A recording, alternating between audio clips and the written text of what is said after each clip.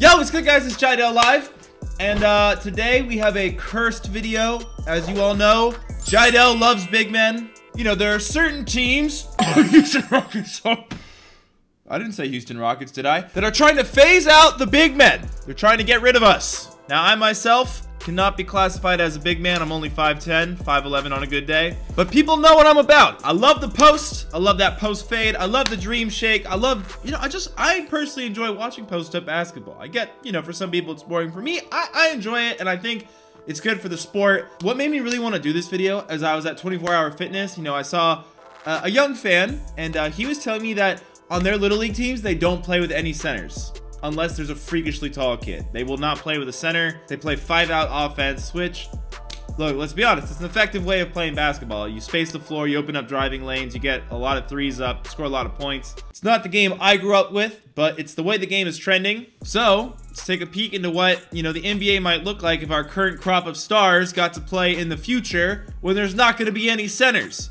Now, I didn't get rid of all the full centers, quote unquote, like a Jaren Jackson Jr. He is a half center, apparently. He primarily plays power forward. He can play center. He's still in the NBA. I feel like players like Jaren are always going to be around. You know, they're quick. They can shoot. They're like a modern day big man, I would say, but they're not a traditional center. Now, if you notice, I'm actually all 30 NBA teams. And the reason why I'm all 30 teams is because I deleted every center from every roster. And then these sneaks tried to sign free agent centers. So I had to then go through every single team and release all these free agent centers back into free agency. So in 14 days, all of these incomplete rosters are going to need to pick up free agents, which will be a headache that I'll deal with. But for now, we have the league. I've turned off injuries. In the comments, I want you to tell me what team you think is going to win each conference and then the finals. I'm leaning toward the Lakers because Anthony Davis is classified as a power forward and not a center by 2K. So I think that's going to give them a big edge. A lot of the other super elite teams would include Dallas maybe.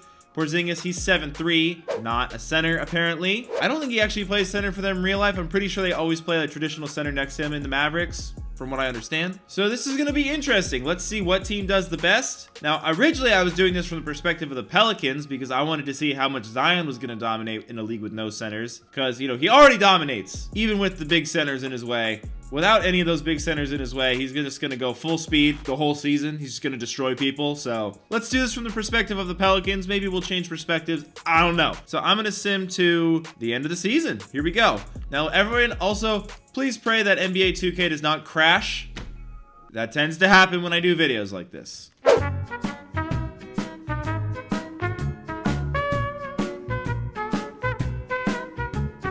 All right, I just filled out every team with non-centers. No more issue there. Going full steam ahead for the rest of the season. I will see you guys at the All-Star break because that is where 2K always crashes when I do videos like this. I have a feeling it might just because I think it automatically tries to find like a center to fill the All-Star game with, and we just straight up don't have one, so see what happens.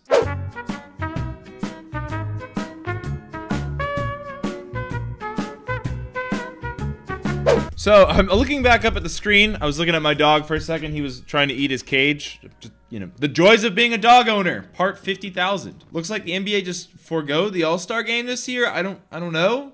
Did I miss it?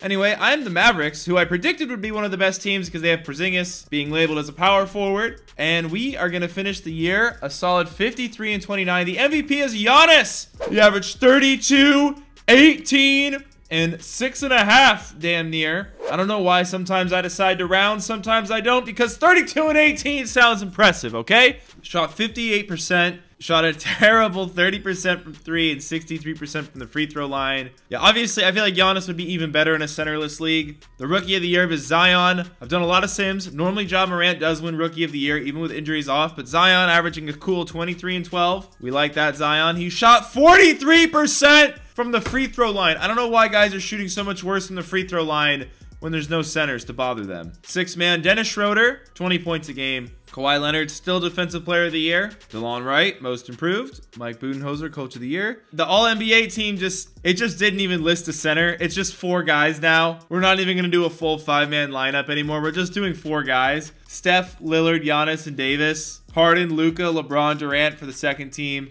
Zion for the third team with Kawhi, Chris Paul, and Ben Simmons. Wow, Ben Simmons should dominate in this mode. Let's see what he averaged. He averaged a cool 20, 10 and 7. Less assists per game. That's interesting. Maybe because there's no Joel. The defensive teams, not quite as interesting, honestly. The Lakers and the Mavs were the two teams I talked about beforehand. Best records, although not quite as dominant from the Lakers as I expected. Clippers, Nuggets are still there even without Jokic. Wow, okay, that's impressive. I mean, Jeremy Grant, nice, agile, modern-day type big man, I will say. Surprised to see some of these teams here. The biggest faller, the Thunder, which maybe Steven Adams, he's that important. Utah without Gobert fell off. And we all know that 2K Sim Engine might love big men even more than I do. Sixers didn't really fall off without Joel. The Heat fell off a lot without Bam. Although, I'm going to let you guys in on a little secret. I think NBA 2K hates the Miami Heat. Now, yeah, you're probably wondering why I've got some weird Miami Heat conspiracy mid no centers video. And it's because I'm working on a video right now, guys, called I sim the NBA season 100 times in NBA 2K, and the Heat almost always do bad in it,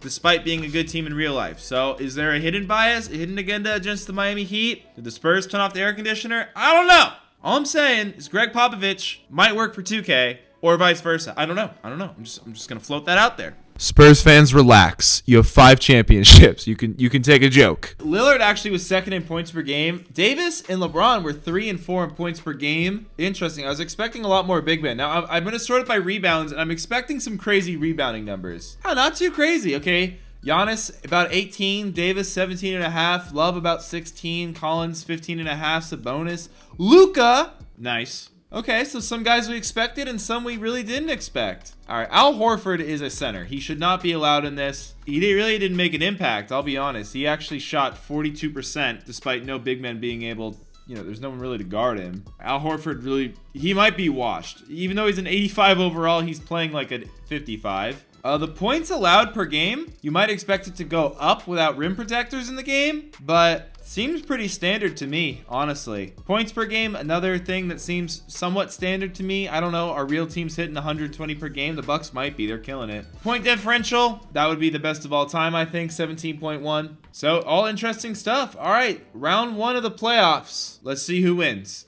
The Brooklyn Nets were eliminated. The Celtics were eliminated. The Warriors were, yes, I am the GM of all 30 teams. You know, this video is making me want to do a video where I try to rebuild 2 teams at the same time and try to meet in the finals. Now, that would be intense. I might save that one for down the road. That will be a long, long video. That's like a double rebuild. Lakers advanced, of course. The Mavericks lost in the first round against Houston, but Houston is like the type of team, I feel like, at least in real life, where if they shoot well, they're going to win. If they don't, they're going to lose. And they're the reason we did this whole experiment. Look at this. The Houston Rockets have beaten the Dallas Mavericks, the LA Clippers, and now they find themselves going against the Lakers. On the other side, we got Milwaukee and Toronto. So it is Bucks, Lakers, and the Bucks 1 and 4. So yeah, Giannis would just be a freak of basketball. I don't know. I don't even know what words I would use to describe Giannis in this setting. He would be so unfair. He's already basically a ball-handling, playmaking 5 with absurd finishing ability. He would literally be unstoppable playing in a centerless league. The Rockets, though, impressive what they did. I mean, it makes sense. They really allocated all their resources to non-center positions, but it's not like this roster is beyond stacked outside of their big 2. So yeah, I thought this was an interesting exercise. Guys, in the comments, if you're younger or even if you're in high school or whatnot,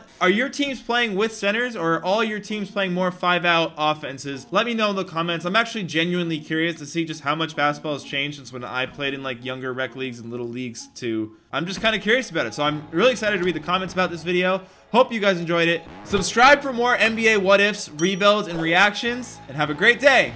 Peace!